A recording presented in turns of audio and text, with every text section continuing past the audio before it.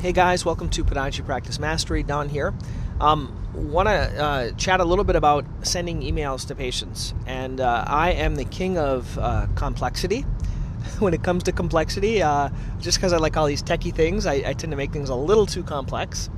And one thing I got into that was very complex was something called Keep. Keep is the old Infusionsoft. And it's very good if you have a kind of a multi-step process. For example, when I interviewed a while back, or talked about Ross, my marketing buddy. He has an insurance agency.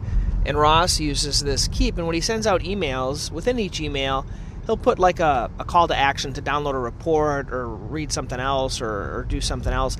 And Keep has a cool thing is like, let's say within their life of you send them all these newsletters and they, within like, a month, they click the links 3 times, it can send an email to one of your like staff salespeople to give them a call. Basically, it shows that they're interested because they're clicking your stuff that you're sending out to them, and it might be a good idea to call them. And so it's very specific. These tend to be big items, and I'm like, hey, this is what I need for my practice. You guys don't understand the amount of setup it takes to make one of these things. It's very intense because each clickable part on your email, you have to like set it up, and there's automations and things like that, and so you basically need a who to do that for you. And I was talking to this guy. This is what he does. He just sets up these real complex marketing things, and my whole struggle was. I was doing, and I was really proud of this, within Athena, which I use for my medical record. I set up these email, like I do my newsletters through it and things like that. But what I realized is my patients couldn't unsubscribe. Basically, I was sending out like doctor reminder stuff for their appointments, but I was also sending out marketing, and the marketing stuff they couldn't unsubscribe from, and that's kind of like I think illegal.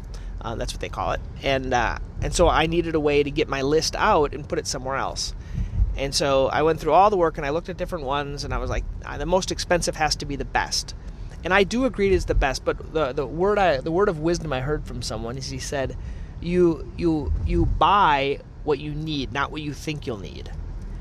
Okay, you buy what you need, not what you think you need. And what I need is something to send out emails to my patients and have it look good and have it be easy and not like all these other bells and whistles that it does offer, okay? And so I was divided between a couple of them, and then I had like an aha moment. So I tried one with Keep, and it worked okay. It was real kind of complex to set it up based on tag and everything like that. And I was thinking, gosh, what else can I use? How else can I do this? I thought about MailChimp. I thought about, I know my buddy Larry does ActiveCampaign. I used to have ActiveCampaign, but I just deleted my ActiveCampaign account because I wasn't using it, and I was just tired of spending money on it. And so eventually what happened is I decided on, within my personal Dr. Pelto website, which is not my Patient Pop website, my personal one, it's on Keep, or it's on Kajabi, and there is a way to send out emails. And like I was looking at it, and I can have 20,000 members and 50,000 like contacts. And in our office, we only have about 20,000 contacts. And so I was like, I can just use Kajabi. And so I set it up, and I sent out my first one. I'm already familiar with it, so it was really easy.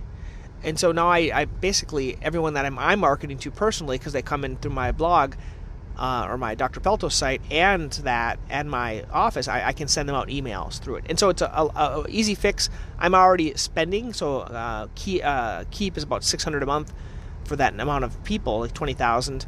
And Kajabi for both sites is about $300 a month, so it's less expensive.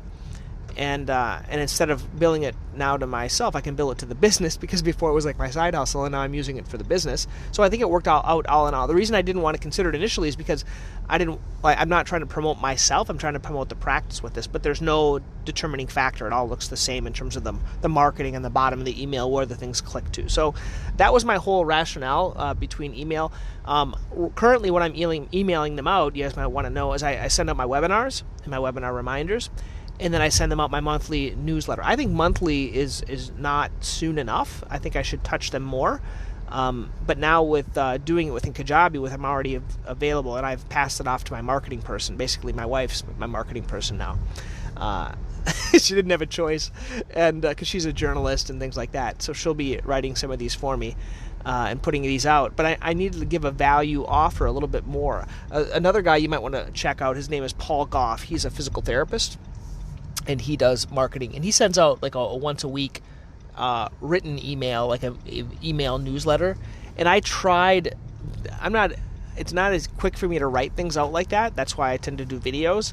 So I'm thinking about doing I continue to do my monthly video newsletter, but then maybe do like a tip of the week on the other days, something easy. Because I want to repurpose that. Because I was also asked, there's a specific salon, not salon, but a school that teaches like for feet stuff, like pedicures and manicures and things like that, and they want me to educate them, so I could repurpose that content to doing something specific, like a Podiatry minute, and then offering it to my patients and then reutilizing that content. So anyway, that's just an idea.